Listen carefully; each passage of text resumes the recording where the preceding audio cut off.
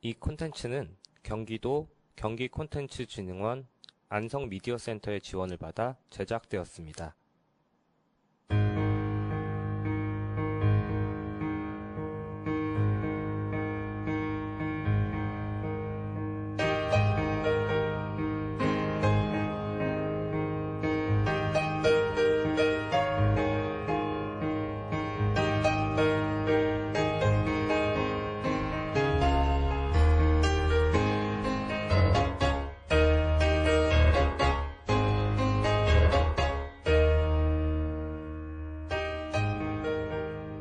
새 정부 들어 산재 예방 정책이 주요 국정 과제로 자리매김하고 있습니다. 중대재해 근절을 위한 논의가 생중계로 국무회의에서 다뤄지고 중대재해 기업에 대한 대통령의 연이은 질타, 그리고 최근에는 산재 사망 소식을 최대한 신속하게 대통령에게 직보하라고 지시하는 등 범정부 차원의 산재 사고 감소 대책이 하루가 멀다 하고 쏟아지고 있습니다. 이렇듯 취임 이후 산재 발생 사업장을 비판하며 올해를 산재 사망사고 근절 원년으로 삼겠다고 공언한 이재명 대통령은 앞으로 모든 사업장에서 발생하는 중대재해를 직접 챙기겠다는 뜻까지 밝히면서 강력한 산재 근절 의지를 거듭해서 내비치고 있습니다. 최근에도 대통령의 이러한 행보는 끊임없이 이어지고 있습니다. 지난 8월 12일 국무회의에서는 비용을 아끼기 위해 누군가의 목숨을 빼앗는 것은 사회적 타살이라며 필요한 안전조치를 하지 않고 작업하면 엄정하게 제지해야 한다고 대통령은 말했습니다. 이어 필요하면 법을 개정해서라도 후진적인 산재공화국에서 반드시 벗어나도록 해야겠다며 제도가 있는 범위 내에서 할 수 있는 최대한의 조치를 해달라고도 주문했습니다. 산업 현장의 안전관리 문제를 직접 점검하고 산재 사고 예방을 최우선 국정 과제로 삼겠다는 것입니다. 지금까지 나온 이야기들을 종합하면 대통령의 산재 척결 의지가 매우 강하게 읽히는 것만은 분명해 보입니다. 정말 대통령이 했던 말처럼 똑같은 장소에서 똑같은 방식으로 사망하는 것은 충분히 예상할 수 있는 일이라며 이렇게 반복되는 중대재해는 결국 미필적 고의에 의한 살인과도 다를 바가 없다는 것도 맞는 말입니다. 노동자가 사망했을 때 그 사업의 경영 책임자를 형사 처벌할 수 있도록 한 중대재해처벌법이 지난 2022년부터 시행됐고 지난해부터는 이 법이 상시 근로자 5인 이상에서 50인 미만 사업장까지 전면 확대 적용됐는데도 도대체 왜 산재 사망 사고가 줄지 않을까요? 여전히 사람이 죽는 위험을 감수하는 게 더 이익인 사회이기 때문에 그렇습니다. 그래서 대통령이 산재 사망 사고가 발생한 기업에는 징벌적 손해배상, 공공입찰 참가 제한, 영업정지 등과 같은 경제적인 제재를 강화하겠다고 밝힌 것은 무척 반가운 조치임에 틀림없습니다. 그러나 산재 사고를 예방하기 위한 조치로 고용노동부 장관에게 직을 걸라는 대통령의 강력한 주문, 산재 다발 사업장을 향한 따끔한 질책, 모든 산재 사망 소식을 일일이 챙겨보겠다는 의지, 과연 이런 것만으로 충분할까요? 물론 정부 지지율이 높고 대통령의 힘이 막강한 정권 초기에는 이 같은 단기적인 대책이 큰 효과를 거둘 수도 있습니다. 이처럼 정부가 산재 기업의 경종을 울리고 그로 인해 사업주가 실제로 손해를 볼 수도 있다는 신호를 주는 것도 산재 예방에 일정한 기여를 할 수도 있습니다. 하지만 경종을 울리고 처벌을 강화하는 것만이 근본적인 대책이 될 수 없다는 이야기도 한켠에서 나오고 있습니다. 일선 현장에서 일하는 노동자들이 실제로 위험을 제대로 인지하고 그 위험에 능동적으로 대처할 수 있는 역량을 보장하고 나아가 위험을 저감하거나 제거할 수 있는 개선 대책을 수립하는 데 참여할 수 있도록 하는 것. 우리는 이러한 권리를 노동자가 위험 정보에 대해 제대로 알 권리, 위험을 거부하거나 회피할 권리, 그리고 위험의 재발 방지에 참여할 권리라고 표현합니다. 정부의 산재 예방 대책이 단기적인 처방에 그치지 않기 위해서는 이렇게 무엇보다 위험에 제대로 맞설 수 있는 노동자의 권리들이 온전히 보장되어야 하지 않을까요?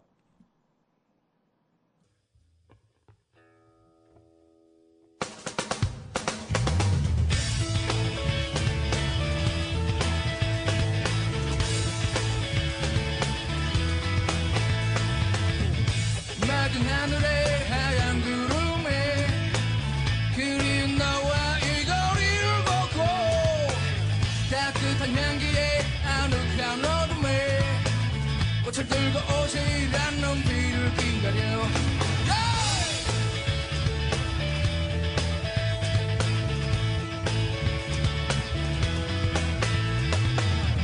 맑은 별빛에 은은한 별빛에 추억의 너와 나무에 앉아 따뜻한 향기에 아늑한 어둠에 꽃을 들고 오시란 눈비를 기다려 만약 비가 온다면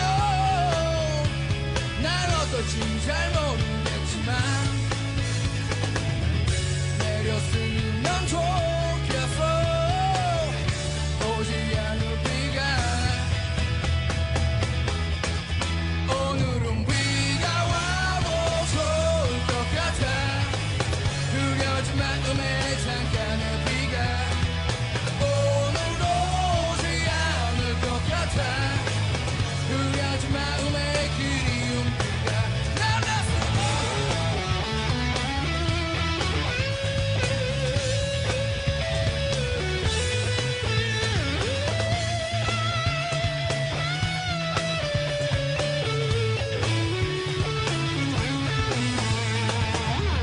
밝은 별빛에 은은한 별빛에 추억의 너와 나무에 앉아 따뜻한 향기에 아늑한 어둠에 꽃을 들고 오지란 눈비를 기다려 만약 비가 온다면 난 어떨지 잘 모르겠지만 내렸으면 좋겠어 오지 않을 비가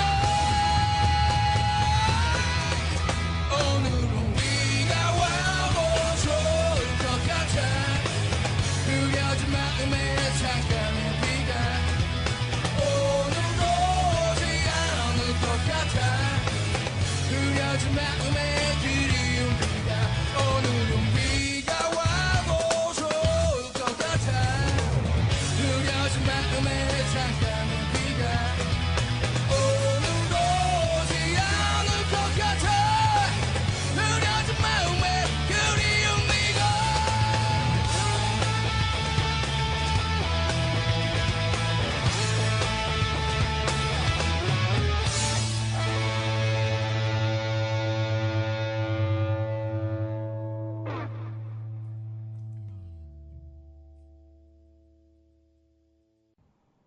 월담의 노동이 수다 65회 방송. 오늘 첫 순서는 반월시아공단에서 일하는 작은 사업장 노동자들이라면 놓쳐선 안 될 소식들. 지난 한 달간 산업단지 정책 동향 및 노동권 이슈를 모아서 전해드리는 시간이죠. 월담과 함께하는 공단 뉴스 코너입니다. 오늘도 청취자 여러분들이 몹시 궁금해하실 공단 뉴스 이야기를 풍성하게 준비해 오셨습니다.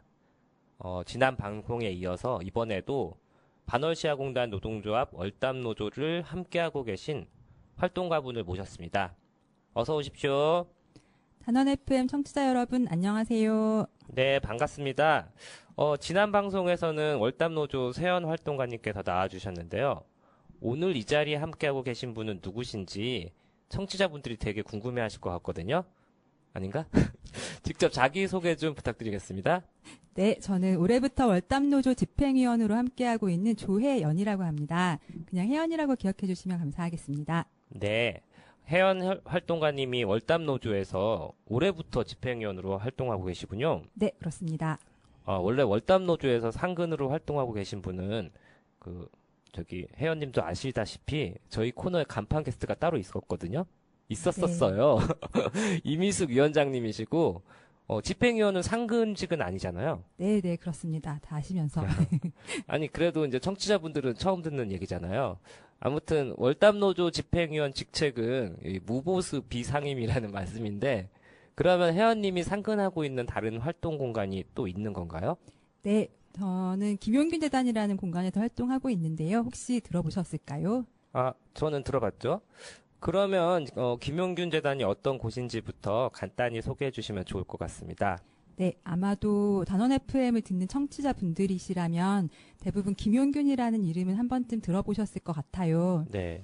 김용균님은 아시다시피 지난 2018년 충남에 있는 태안화력발전소에서 컨베이어 벨트를 혼자서 점검하다가 산재로 목숨을 잃은 비정규직 청년 노동자입니다. 네. 저희 단체 이름에 그분의 이름을 새긴 이유는 김용균 노동자의 뜻을 이어받겠다는 다짐이기도 하고 그 이후에 촉발된 투쟁의 의미를 계속 이어가겠다는 결의를 담기도 했습니다. 아, 그렇군요.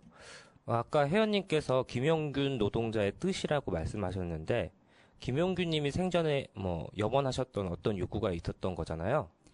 네, 이런 이야기도 많이 아마 들어보셨을 것 같은데요.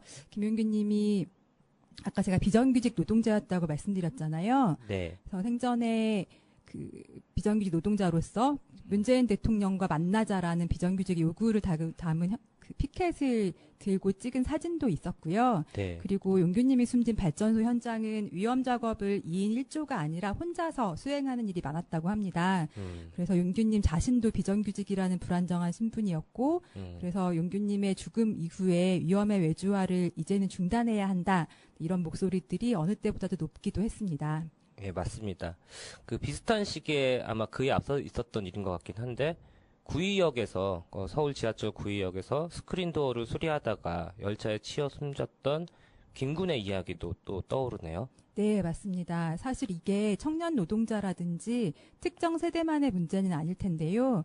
어쨌든 말씀하셨던 구의역 김군이나 태안화력 김용균님처럼 청년 비정규직의 연이은 죽음들이 당시 사회적으로 큰 울림을 주었던 것 같아요. 네. 그래서 위험의 외주화를 중단하라는 목소리가 사회적 요구로 부상하게 된 게 아닌가 하는 그런 생각도 드네요. 그리고 사실 이게 일하는 사람이라면 누구나 공감할 수밖에 없는 주제이기도 하잖아요. 네, 그렇죠. 반월시아공단에서 일하는 작은 사업장 노동자들에게도 위험에 외주하는 자신과 동떨어진 문제가 아니기도 하거든요. 네. 예를 들어서 각종 중금속이나 분진에 노출되는 주물 작업만 봐도 그렇잖아요. 그렇죠. 이렇게 유해하고 위험한 작업들은 대기업에서 전혀 손댈 일이 없고 또 대부분 산업단지에 밀집한 제조업 중소사업체들에게 맡겨져 있어요. 네. 이렇게 위험의 외주화의 대표적인 모습인데요. 그렇죠. 그러니까 작은 사업장 노동자들에게 여러 가지 권리들이 현재 부재한 상태이기도 한데 특히 안전하게 일할 권리는 무엇보다 절실한 문제인 것 같아요. 예, 맞습니다. 그래서 월담노조 활동에 김용균 재단이 함께하는 이유도 이게 일하는 사람들이라면 누구나 안전하게 일하고 싶은 바람이 있는 거니까 김용균의 뜻이 작은 사업장 노동자들의 염원과도 맞닿아 있다고 생각이 됩니다. 네, 정말 좋은 말씀이십니다. 그 말씀을 듣고 보니까 김용균 재단의 상임 활동가가 멀리 이곳 안산까지 와서 월담노조의 사업이나 회의에도 함께하는 게 이제 좀 이해가 되는 것 같습니다. 아, 다행입니다. 네. 아무튼 저희 단체 소개하다가 이야기가 좀 길어진 것 같은데요. 네. 김용균 재단은 김용균 노동자의 뜻을 이어받고 또 차별 없이 모두가 평등하고 안전한 일터를 만들기 위해서 설립된 단체라는 이야기를 좀 길게 드려봤습니다. 중요한 얘기니까 길게 하셔야죠. 네. 비정규직 없는 세상, 일하다 죽는 일이 반복되지 않는 세상을 만들기 위해서 열심히 활동하고 계신 김용균 재단에 대해서 재단 상임 활동가인 혜연님으로부터 이야기 듣는 시간이었습니다. 자, 그러면 이제 본론으로 들어가 볼까요? 네, 어쨌든 어쩌다 보니 김용균 재단을 소개할 시간도 주시고 감사합니다. 제가 드린 건 아니에요. 지금 자유롭게 얘기하신 거잖아요. 아마 청취자 여러분들도 김용균 재단에 대해서 이번 기회에 좀 더 자세히 알 수 있어서 더 뜻깊었던 시간인 것 같습니다. 네, 사실 재단 소개만으로는 최근에 또 같은 화력발전소에서 돌아가신 김충원님의 일도 그렇고요. 네. 조금 얘기를 드릴 수 있는 일이 굉장히 많은 것 같아서 이제 이렇게 줄이긴 좀 아쉽기도 합니다. 네. 나중에 김용균 재단의 활동 이야기는 따로 시간을 편성해서 듣는 것도 좋을 것 네, 같습니다. 네. 뭐 아까 말씀하셨던 것처럼 뭐 김충현 대책이라고 하죠. 저희가 사실 월담의 노동의 수다에서 지난 방송에서 한번 다루긴 했습니다. 그래서 뭐 이런 얘기까지 포함해서 최근 활동 소식이라든지 여러 가지 나눠주실 이야기도 많을 것 같은데요. 네, 언젠가 그런 기회가 된다면 재단에서 또 한 번 청취자 여러분들께 꼭 인사드리러 오겠습니다. 네, 정말로 그런 자리를 꼭 나중에 마련하기로 청취자 여러분께 약속드리겠고요. 그러면 월담과 함께하는 공단 뉴스 바로 첫 소식부터 알아볼까요? 네, 첫 번째 공단 뉴스는 제목을 이렇게 붙여봤습니다. 산재는 미필적 고의에 의한 살인이다, 입니다. 아, 네. 제가 오늘 그 방송 인트로에서도 그 얘기를 잠깐 하긴 했는데요. 첫 소식 제목부터 아주 강렬합니다. 이런 얘기를 사실 노동계에서는 그동안 되게 꾸준히 해왔던 거잖아요. 그런데 이번에는 이 이야기가 정부에서 다른 누구도 아닌 대통령의 입에서 직접 나왔다고 하죠. 예, 맞습니다. 지난 7월 29일 서울 용산 대통령실에서 열린 국무회의가 생중계되었었는데요. 이날 이재명 대통령은 포스코 ENC 현장에서 반복되는 산재 사망 사고에 대해서 똑같은 장소에서 똑같은 사고가 반복되는 건 결국 죽음을 용인하는 것이라며 미필적 고의에 의한 살인이라고 질타했다고 합니다. 네. 그리고 고용노동부 장관에게는 사람 목숨을 지키는 특공대처럼 역할을 달라며 직을 걸라고 강하게 주문했다고 합니다. 네. 대통령의 상황 인식이 매우 엄중하다는 게 느껴지는데요. 그러면 실제로 이날 국무회의에서 대통령은 산재 실태를 어떻게 진단하고 있었나요? 네, 대통령은 산재의 원인은 돈이고 해법도 돈, 즉 산재 다발 기업에는 경제적 불이익이 뒤따라야 한다고 강조했는데요. 이후에도 8월 12일 열린 국무회의에서는 비용을 아끼기 위해 안전조치를 안 하면 이는 일종의 사회적 타살이라며 관련법 개정과 제도개혁 의사를 다시 강조했습니다. 네. 이런 대통령의 메시지에 기업들도 좀 깜짝 놀랐을 것 같거든요.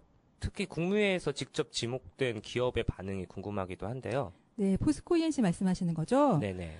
포스코 ENC는 대통령의 발언이 언론을 통해 공표되자 즉각 사과를 했습니다. 그러면서 안전이 확인될 때까지 무기한 작업을 중지하겠다고 밝혔고요. 네, 대통령이 직접 산재 근절을 위해서 관계부처가 촘촘하게 그리고 속도감 있게 대응하라고 주문한 것도 실은 되게 이례적인 행보로 평가되고 있잖아요. 예, 그렇습니다. 우선 대통령 본인도 산재 노동자라는 당사자성을 스스로 내세운 것도 그렇고요.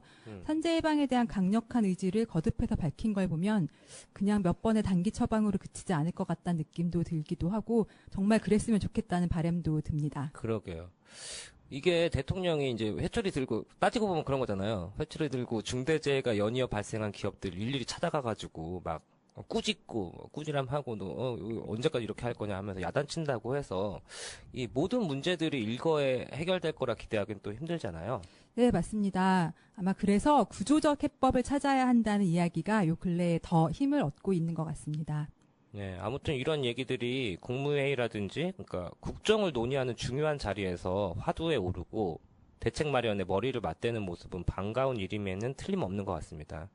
사실 대통령이나 고용노동부 장관이 두 팔을 걷어붙이고 나서는 건 또 그만한 이유가 있어서이기도 한 거 아닌가요?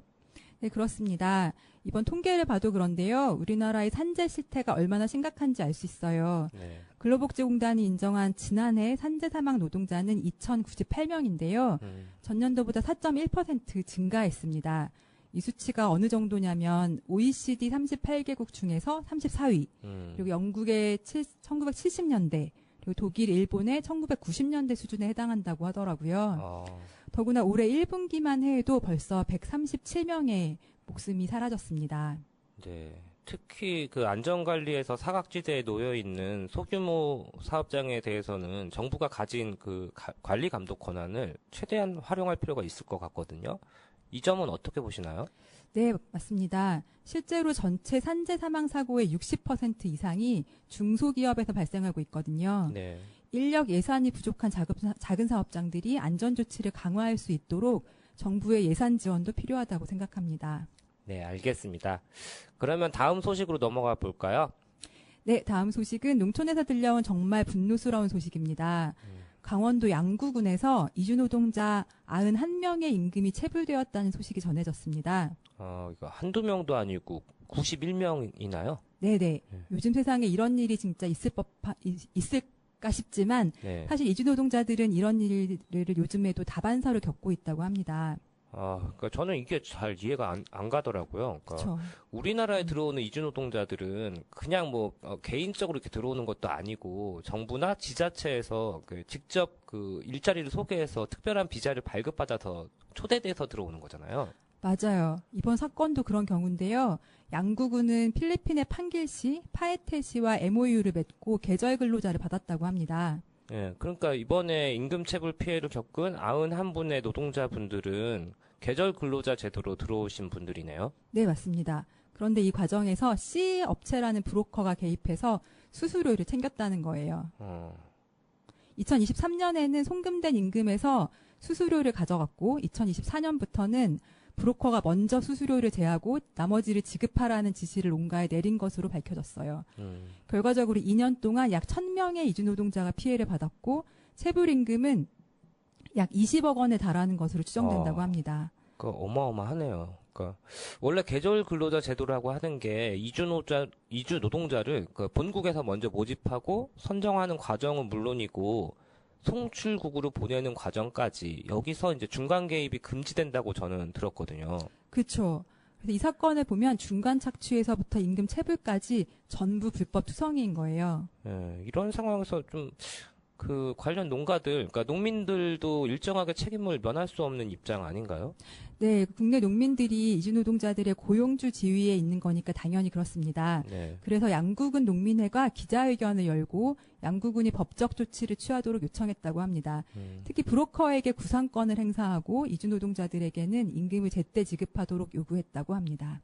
네, 그 농민들 입장에서 보면 한순간에 범법자로 전락할 처지에 놓였으니까 아무래도 최종적인 책임자인 양구군의 법적 절차를 밟아서 체불임금 해결을 하라고 요구하는 게 당연하겠죠.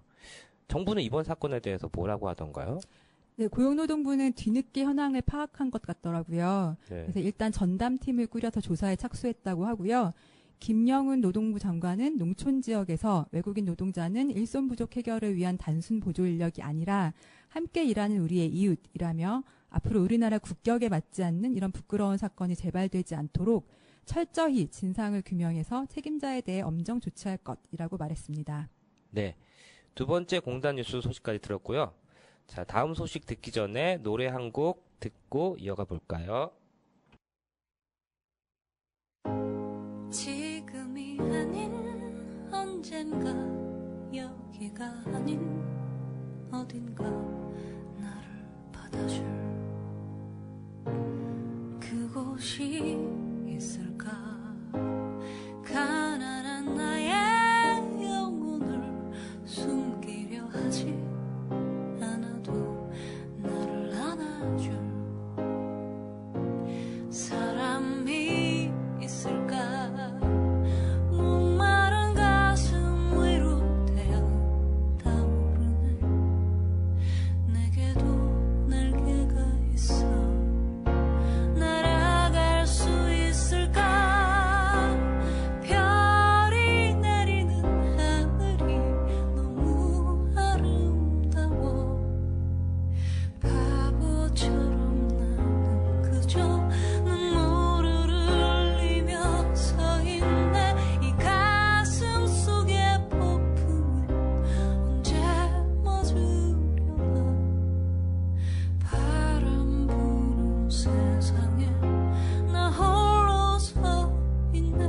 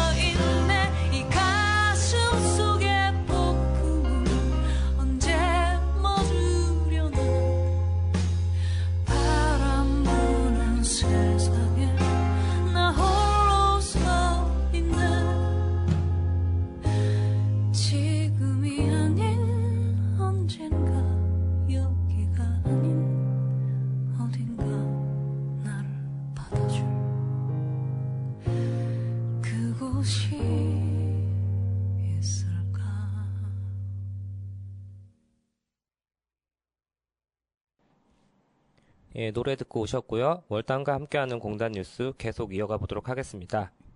혜연님 다음 소식 전해주시죠.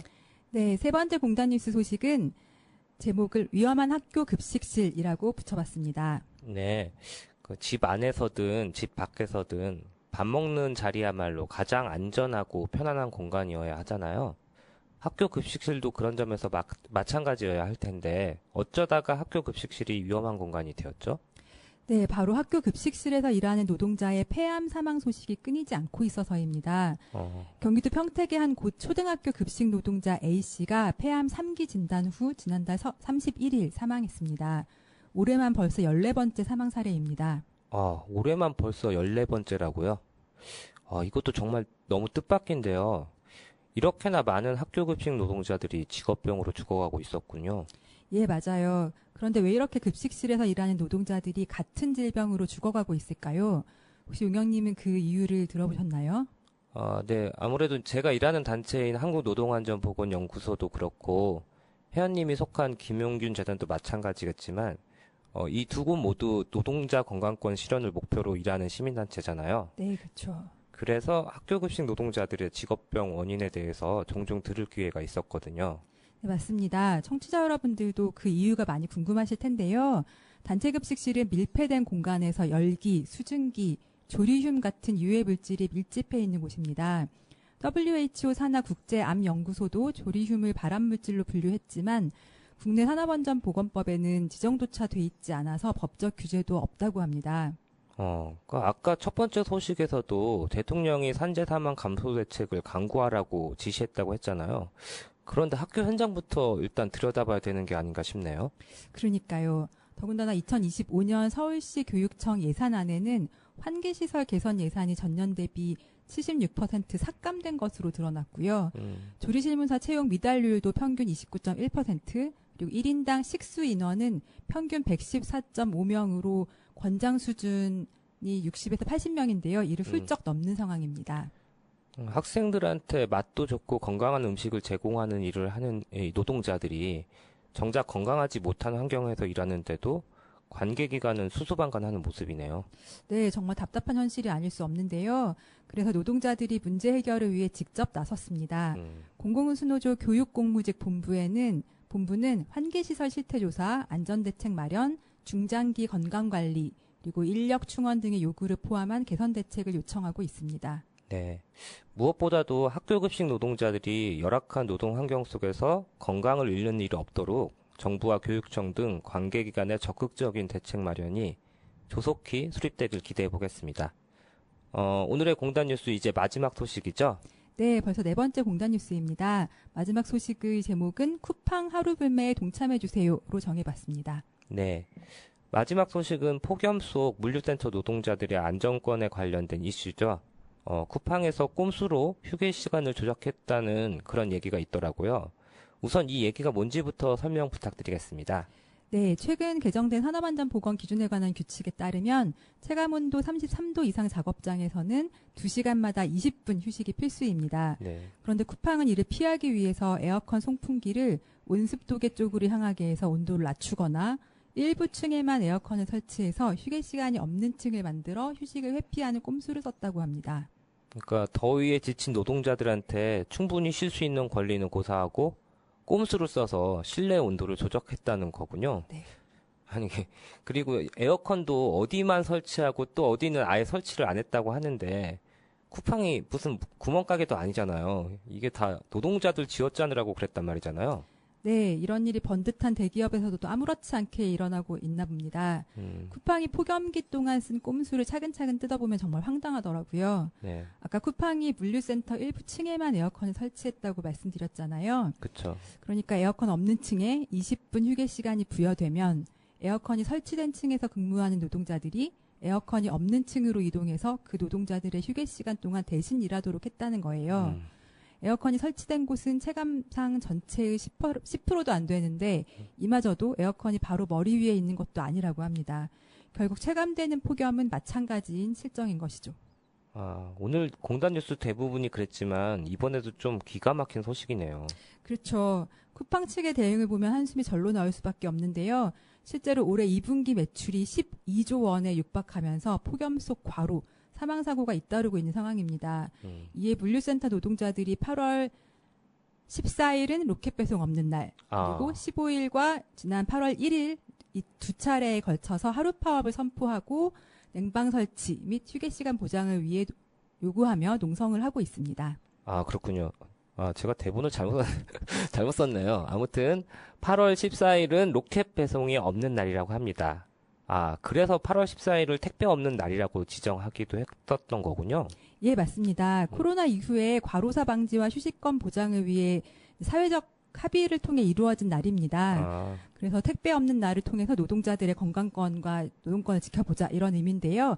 이번에 이제 근데 쿠팡에서는 지금까지 한 번도 이 택배 없는 날을 지킨 적이 없어요. 여기 참여하지를 않았어요. 그러게요. 그래서 이번에 이제 로켓 배송 없는 날, 쿠팡 없는 날 이렇게 저희 쿠팡 노동자들과 같이 하는 시민사회 단체들에서도 이렇게 지정을 하고 쿠팡을 하루 불매를 하자라고 선포를 하고 활동을 하고 있습니다. 네. 이번 기회에 단원 FM 청취자 여러분들도 꼭 이날 하루만큼은 쿠팡 노동자의 건강과 인권을 위해서 쿠팡 불매에 동참해 보시는 거 어떨까요? 혜연님, 오늘 공단 뉴스 코너는 이렇게 마무리하면 되겠죠? 네, 제가 오늘 첫 방송이라서 제대로 진행을 했는지 잘 모르겠습니다. 아유, 좀 진부한 표현이지만 혜연님의 탁월한 진행 솜씨에 혀를 내둘렀습니다. 말도 안 되는 얘기를 하십니다. 이게 저희 방송 특입니다, 특. 워낙에 이제 무겁고 진지한 주제로 대화를 계속 이어가다 보니까 이 코너 앞뒤로 이것저것 좀 다양한 시도를 하게 되더라고요. 네, 아무튼 오늘 이렇게 공단 뉴스로 단원 FM 청취자 여러분들 만나뵙게 돼서 너무 반갑고 저도 새로운 경험으로 즐거웠습니다. 네, 그럼 오늘 전해주신 공단 뉴스들 마지막으로 맺는 말씀까지 혜연님께 마저 부탁드리겠습니다. 네, 오늘 공단 뉴스 시간에 전해드린 소식들을 하나하나 떠올려 보면서 제 이야기도 여기서 마무리하겠습니다. 첫 소식으로 다룬 반복되는 산재 사망 문제, 그리고 농촌 현장의 이주 노동자 임금체불 문제, 그리고 학교 급식 현장의 취약한 노동 환경과 그로 인해 날로 심각해지는 급식 노동자 폐암 소식, 그리고 마지막으로 폭염 속 물류센터 노동자들의 건강 위기까지 모두 하나같이 시스템 차원의 변화가 절실하다는 걸 깨닫게 하는 주제였던 것 같습니다. 네. 모쪼록 일선에서 땀 흘려 일하는 노동자들의 목소리가 정책으로 그리고 제도로 이어지는 변화를 기대해 보겠습니다. 네, 혜연님과는 여기서 인사드리겠고요. 저희는 노래 한 곡 더 듣고 월담의 노동상담소 코너로 금방 돌아오겠습니다. 혜연님 안녕히 가세요. 고맙습니다.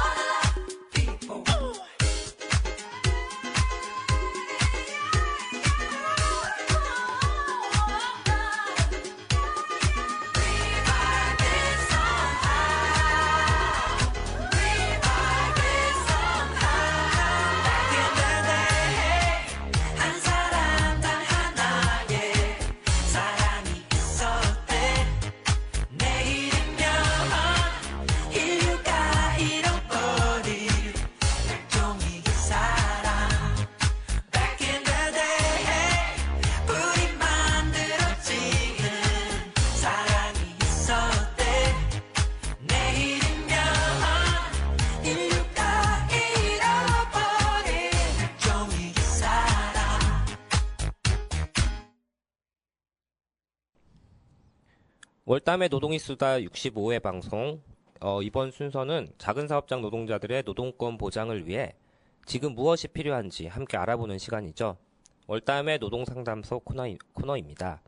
오늘도 제 옆에는 노동상담소의 상담소장님이신 법무법인 원공 조영신 변호사님이 나와 계십니다. 영신님 어서 오세요. 네, 아유, 저 소장님이었어요?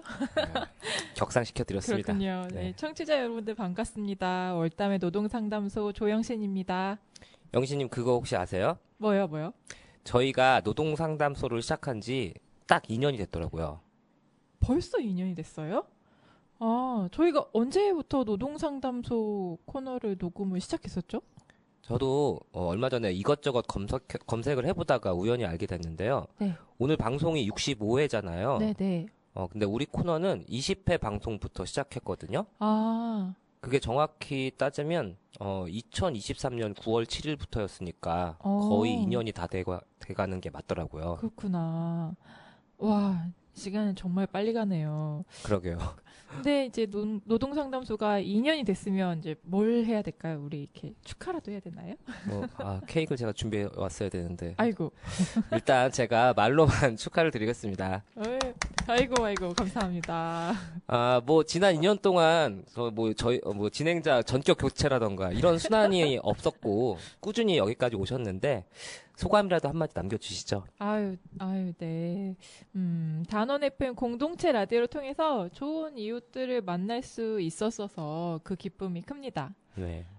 게다가 라디오를 통해서 작은 사업장 노동자들의 이야기를 나누는 이런 프로그램까지 진행할 수 있으니까 더 보람차고요. 그리고 월담의 노동상담소를 찾아주신 청취자 여러분들께 특히나 감사한 마음입니다. 네. 매 순간 큰 책임감으로 임하고 있으니까요. 앞으로도 쭉 관심 가져주세요. 네.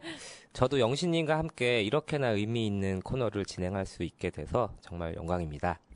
그러면 이렇게 뿌듯한 마음을 간직한 상태로 오늘 노동상담소를 열어볼까요? 네, 좋습니다. 영신님, 오늘 노동상담소에서는 노란봉투법 개정안에 대해서 다룬다고 들었습니다. 맞죠? 네. 최근 언론에서 노란봉투법, 노조법 제2, 3조 개정안에 대한 이야기를 많이 들어보셨을 것 같아요. 네. 윤석열 정부가 2번 연속으로 거부권을 행사했던 법안이기도 한데요. 이게 대체 무슨 내용이고 왜 윤석열 정부는 거부했던 건지 그리고 이재명 정부는 어떻게 처리하려고 하고 있는지 함께 이야기 나눠보면 좋겠습니다. 네, 좋습니다. 노란봉투법 이름은 많이 들어봤는데 정확히 뭔지는 또 잘 모르시는 분들이 많아요. 네, 이것부터 그렇죠. 먼저 설명을 부탁드릴게요. 네. 먼저 노란봉투 캠페인부터 이야기를 해야 될 것 같은데요. 네. 네, 2014년 법원이 쌍용 자동차 파업에 참여했던 노동자들에게 47억 원의 손해배상을 하라고 판결을 한 적이 있어요. 네. 네, 그러자 한 시민이 노란색 봉투에 성금을 담아서 전달을 했었고 이게 전국적으로 퍼져서 한 15억 원 가까이 모금이 됐었대요. 네. 네, 예전에 월급 봉투 색깔이 노란색이었었대요. 그래서 거기에서 착안해서 손배 가압류로 고통받는 노동자들이 다시 일상을 되찾길 바라는 마음을 담은 그런 캠페인이었죠. 정말 아름다운 마음이네요. 네. 그러니까 노동자가 이렇게 사용자에 맞서서 이제 파업을 했고 네. 사용자는 그 파업에 따른 손해배상을 청구했는데 법원이 이거를 인정해서 이제 노동자들이 47억 원에 달하는 손해배상을 해야 하는 상황이 있었다는 거잖아요. 네네. 그리고 시민들이 노란 봉투에 모금을 해줬다는 말씀이고요. 그렇죠. 그랬어요. 그래가지고 이 캠페인을 시작으로 기존 노동조합 및 노동관계조정법이라는 이 법을 개정해야 한다는 움직임이 이제 시작됐습니다. 네. 네, 기존 노동조합법 제2조에서는 사용자를 사업주, 사업의 경영 담당자 또는 그 사업의 근로자에 관한 사항에 관하여 사업주를 위해 행동하는 자 라고 이렇게 어렵게 규정을 하고 있었어요. 네. 그리고 3조에서는 그러한 사용자는 노동조합법에 의한 단체 교섭 또는 쟁의 행위로 인하여 손해를 입은 경우 노동조합 또는 근로자에 대하여 배상을 청구할 수 없다고 규정을 하고 있었고요. 그러니까 이게 좀 많이 좀 듣기에는 되게 어려운 말이긴 한데요. 그러니까 법에서는 사용자는 근로계약 관계를 기준으로 1차적으로 나와 계약을 맺은 사용자 만을 사용자라고 그 대상으로 하고 있었어요. 네. 그리고 법에 의한 단체 교섭이나 쟁의 행위로 인한 손해는 그 배상을 청구할 수 없다. 그렇게 규정을 하고 있었지만 불법인 경우에는 그렇지 않았죠. 그리고 법원이 불법적인 쟁의 행위라고 판단하는 경우에는 꼼짝없이 손해배상을 해야 되는데 그 불법의 범위가 무엇인지 어디까지가 불법이고 어디까지가 합법인지가 항상 문제가 됐었어요. 네. 그 영신님 말씀을 듣고 보니까 노란봉투법 개정안의 핵심이 무엇인지는 이제 좀 알 것 같네요. 그러니까 핵심적인 개정 취지는 크게 두 가지로 요약을 할 수 있을 것 같거든요. 네. 하나는 이제 사용자의 범위를 넓혀서 하청 노동자에 대한 원청의 책임을 강화하자는 거고, 또 하나는 노동조합이나 노동자에 대한 그 손해배상 범위를 좀 제한해서 법으로 인정하는 파업의 범위를 넓히자. 이렇게 두 가지 아닌가요? 예, 맞습니다. 실제 개정안 내용도 그런 내용이에요. 이제 좀 살펴보자면 사용자의 경우에는 기존의 직접적인 고용 주체에서 이제 벗어나서 이제 근로계약의 형식과 상관없이 근로자의 근로 조건에 대해서 실질적인 지배력이나 영향력을 행사하는 자로 이제 사용자의 범위를 확대하자는 주장을 했죠. 네. 협력업체 노동자들이 원청과 직접 교섭하거나 플랫폼 노동자들이 플랫폼과 교섭할 수 있도록이요. 네, 그리고 손해배상 청구와 관련해서는 노동조합이나 노동자가 법원에 배상의 감면을 청구할 수 있도록 하는 장치를 신설하고, 그리고 조합원 개개인의 책임 비율에 따라서 손해를 부담해야 한다는 내용, 그리고 뭐 사용자가 제3자에게 손해배상을 청구하는 것을 금지하자는 그런 주장들을 담고 있습니다. 네. 그 밖에도 뭐 노동쟁의의 대상이 되는 행위의 범위를 넓히고, 폭력이나 파괴로 인한 직접 손해를 제외하고는 쟁의 행위 등으로 인한 손해에 대해서 손해배상을 청구할 수 없도록 하거나, 뭐 특수고용 노동자를 근로자의 범위에 포함시키자는 주장도 들어 있습니다. 네. 네. 그러니까 갈수록 그 내 사장이 누구인지 알기 어려운 시대가 됐잖아요. 네. 뭐 파견이라든지 하청, 플랫폼 노동 등으로 인해서 이 근로관계라고 하는 양상이 점점 더 복잡해지고 있으니까요. 네. 그런데 이런 변화 양상을 생각해 보면 사용자 범위를 확대해야 한다는 주장은 분명히 그 시대 변화에 발맞춘 중요한 개정 같거든요. 네, 네. 그리고 손해배상에 대해서도 그 범위를 제한하자는 건데, 무분별한 손해배상 청구나 가압류로 노동자들의 생존권을 쥐락펴락했던 사례들을 생각하면 당연한 요구라고 생각이 되고요. 맞아요. 네. 네, 그래서 이런 내용을 골자로 하는 법 개정안을 발의한 건데 이걸 통칭 노란봉투법이라고 부른 거죠. 네. 이게 이제 문재인 정부의 국정 과제였어요. 오래전이네요. 네, 벌써. 그렇죠. 네. 네, 문재인 정부 5년 동안 그런데도 뭐 국회 환노위에서 노란봉투법을 논의한 건 뭐 단 한 차례였습니다. 네. 네, 윤석열 정부 들어선 뒤에도 계속 발의를 했는데요. 여러분들도 다 잘 아시다시피 대통령이 2번이나 연속해서 거부권을 행사했죠. 네. 다들 기억하실 것 같은데요. 근데 도대체 왜 거부권을 행사한 거죠? 그 대통령이 그렇게 막 거부를 해도 되나요? 그러니까요. 이 거부권이라고 불리는 것은 이제 정식 명칭은 제2요구권이라고 하는데요. 네. 이게 대통령의 권한인 것이 맞기는 해요. 이제 헌법에서는 대통령이 법률안에 이의가 있을 때 제2를 요구할 수 있다. 그렇게 규정하고 있거든요. 그래서 거부를 할 수는 있어요. 네. 근데 전 대통령들을 보면은 이제 이명박 전 대통령은 한 차례, 그리고 박근혜 전 대통령이 2차례, 그리고 문재인 전 대통령은 단 한 번도 제2 요구를 한 적이 없대요. 근데 윤석열 전 대통령은 임기 중에 물론 권한대행일 시절도 포함해서인데요. 근데 아무튼 그 임기 중에 40회의 제2 요구를 했대요. 40회요. 이게 얼마나 많은 거냐면 1987년 민주화 이후에 35년 동안 대통령 7명이 행사한 거부권의 총 횟수가 16회래요. 16회. 네. 근데 이거 2배가 넘는 거예요. 이 정도로 많이 해도 되는지는 좀 의문입니다. 네. 이게 할 수 있다고 규정하고 있다고 해서 그 권리를 남용해서는 안 되는 거니까요. 그러게요. 네, 그러니까 뭐, 그 제2요구권을 다른 대통령은 한두 번에 불과했는데 40번이나 행사한 걸 보면 네. 정말 국회에 대한 반감이 얼마나 컸으면 결국에는 군사 쿠데타까지 일으키신 거잖아요.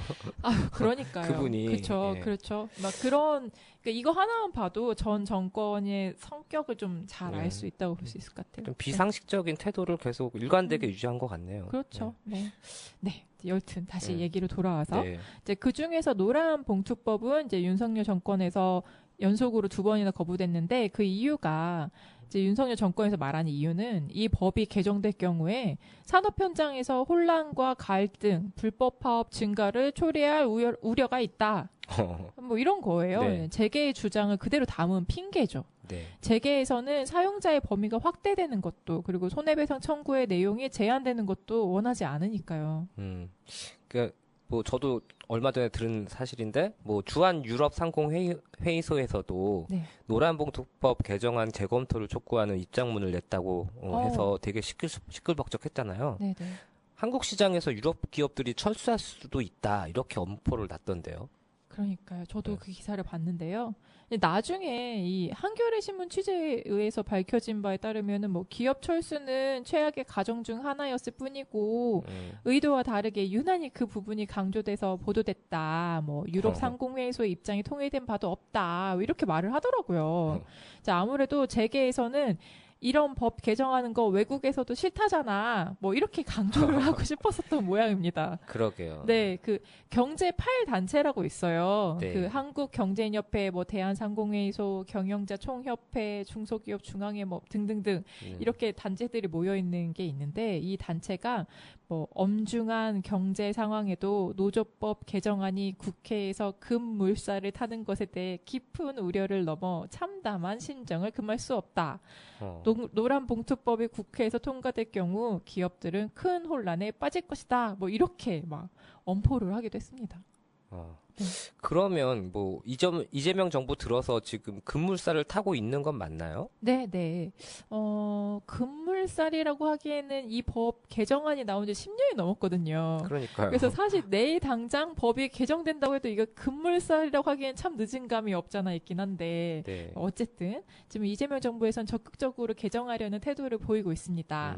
25년 7월 28일 개정안이 이제 환경노동위원회 전체회의를 통과했고 네. 8월 1일에는 법제사법위원회 전체회의에서 통과가 됐었고 이제 오는 21일에서 24일까지 진행된 그 본회의에서 이 법이 그러니까 처리될 것으로 예상이 되고 있습니다.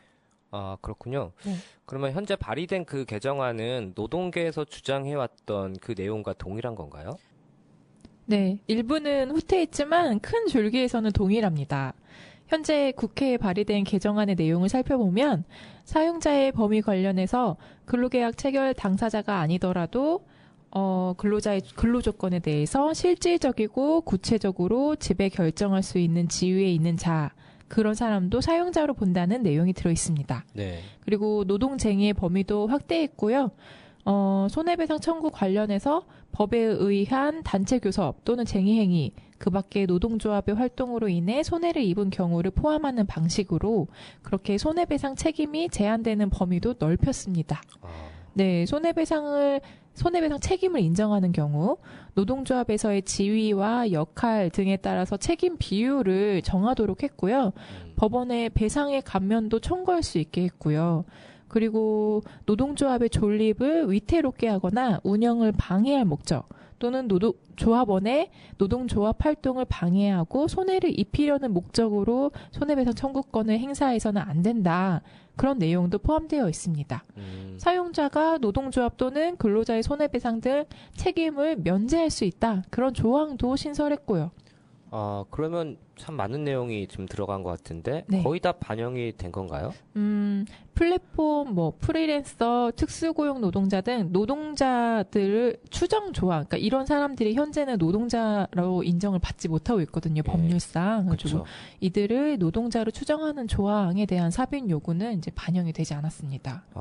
네, 그리고 노동계에서는 실질적인 노동권 실현을 위해서 노동조합을 조직하거나 가입하면 이제 노동자로 추정한다. 이런 규정을 신설하고 싶어 했거든요. 네. 네, 안 됐고, 그 밖에도 쟁의행위의 범위나 사용자 책임 등에 관한 일부 요구가 반영되지 않은 부분이 있기는 합니다. 네. 그래도 큰 틀에서 개정하고자 했던 요구 사항들은 얼추 이제 반영이 된 것 같아서 그나마 다행인 것 같긴 한데요. 네. 뭐 얼마 전에도 이제 고용노동부가 노란봉투법 내용을 광고하는 그런 카드 뉴스도 배포했더라고요. 네, 맞아요. 저도 그 카드 뉴스 봤는데요. 노조법 개정 운동을 하시는 활동가분들이 그 카드 뉴스 보고 놀랬잖아요. 네. 이거 노조에서 만든 것도 아니고 시민단체에서 만든 것도 아니고 정부에서 이거 고용노동부에서 만든 거 맞아? 막 이러면서 다들 막 눈을 한번 다시 씻고 봐야 했었거든요. 네. 그래서 뭐 좋게 해석하면 네. 그만큼 이제 노조법 개정에 대해서 정부도 의지가 있다는 그런 뜻이겠죠. 네, 다행히도 그런 것 같습니다. 이제 카드뉴스에서는 뭐 개정안이 기업과 노동자가 함께 성장하는 상생의 기반을 다지는 법이라고 말하더라고요. 그리고 법 적용에 대한 불확실성 우려를 해소하기 위해서 노력하겠다 이런 말도 있었고요. 이렇게 정부가 말할 정도니까요.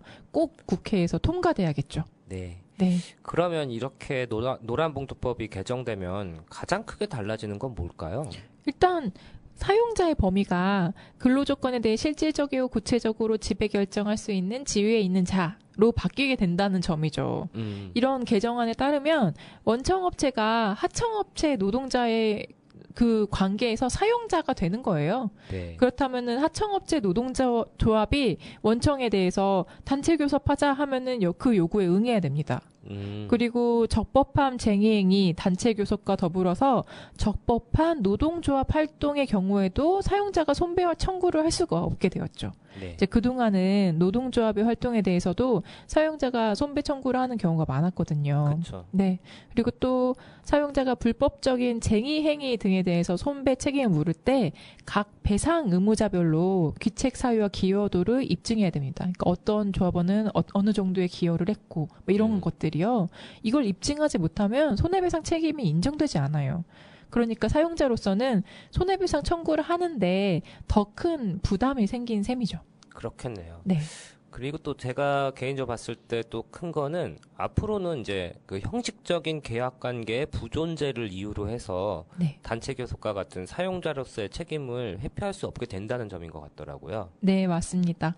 근로계약을 직접 체결한 사용자는 근로조건을 개선할 권한과 능력이 없어요. 그래서 당연히 원청과 교섭을 해야 했는데 기존의 법은 그걸 못하게 했거든요. 이 부분만 해도 우리 사회에 아주 큰 변화를 일으킬 수 있는 거죠. 네. 제게는 그래서 그런지 노란봉투법이 시행되면 뭐 예를 들면 뭐 현대차라든지 삼성전자처럼 수백 개의 하청업체를 두고 있는 대기업들은 이제 앞으로는 하청업체 노동조합과의 교섭이 큰 부담으로 작용할 거다라고 또 얘기하더라고요. 네, 맞아요. 기업들이 그 사용자 정의를 확대하는 조항에 반발하는 이유가 방금 말씀하셨던 그 논리에 주로 기대고 있는 것 같아요. 근데 이런 주장은 사실과는 좀 다릅니다. 그러니까 다수의 하청에 대해서 무조건 원청이 사용자로 인정되는 게 아니라 특정한 근로조건과 관련해서 실질적이고 구체적으로 지배 결정할 수 있는 경우에만 사용자로 인정될 수 있을 테니까요. 그 기존의 대법원도 사용자성을 판단할 때 실질적이고 구체적인 지배력을 중요하게 봤었습니다. 네. 그래서 하청 노동자의 업무가 원청 사업에 필수적인지, 사업 체계에 편입돼 있는지, 뭐 노동 조건을 단체 교섭에 의해서 집단적으로 결정할 필요성과 타당성이 있는지 이런 것들 다 고려했었죠.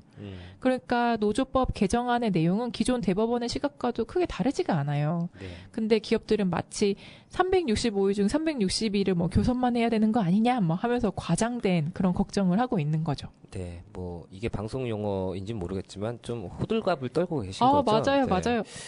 네, 하여튼 뭐 지난 정부에서도 그렇고 이번 정부 들어서도 재계나 보수 세력들이 이 법의 통과를 강력하게 반대하면서 뭐 저지하겠다라고 나서고 있는데요. 네. 그러면서 하는 얘기들을 보면 사실 이게 좀 공포 마케팅 아닌가 싶은 생각도 들더라고요. 자꾸만 이렇게 현실을 왜곡하고 과장해서 뭐 노란봉투법 이것 때문에 나라 경제가 당장이라도 망할 것처럼 자꾸 얘기를 하니까요. 네, 맞아요. 이전에 중대재해처벌법 만들 때도 그랬었죠. 그때도 그 법을 만들면 당장 막 기업들 다 망할 것처럼 그렇게 얘기를 했었으니까요. 그런 일은 실제로 일어나진 않았죠. 그렇죠. 네. 네, 아무튼 뭐 재계 이런 흰소리가 하루 이틀이 아니잖아요. 네, 네. 중요한 건 이런 재계의 목소리에만 귀 기울이는 게 아니라 국민 대다수인 뭐 대부분이 다 일하는 사람들이잖아요. 그렇죠. 네. 노동자의 목소리에 귀 기울이는 것이 중요할 것 같습니다. 네. 그런 의미에서 하루빨리 노란봉투법이 통과됐으면 좋겠습니다. 네. 그럼 오늘 얘기는 여기서 이렇게 마무리하고 영신님과 인사 나누도록 하겠습니다. 네. 영신님, 그럼 마지막으로 오늘 방송 닫으면서 틀어드릴 노래 하나 소개해 주시고 가시죠. 네. 이어서 들으실 곡은 한로로의 입춘입니다. 다음 노동상담소에서 만나요. 네, 월담의 노동미 수다 오늘 방송 여기서 마무리하겠습니다. 함께해 주신 청취자 여러분 고맙습니다.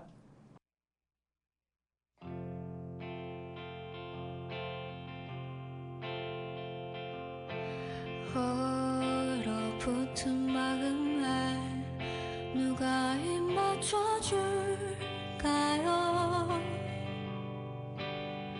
봄을 기다린다는 말, 그 말의 근거가 될 수 있나요? 밭 피어가던 바람 여유 생겨 말하네요. 내가 기다린다는 봄 왔으니 이번에 놓지 말라고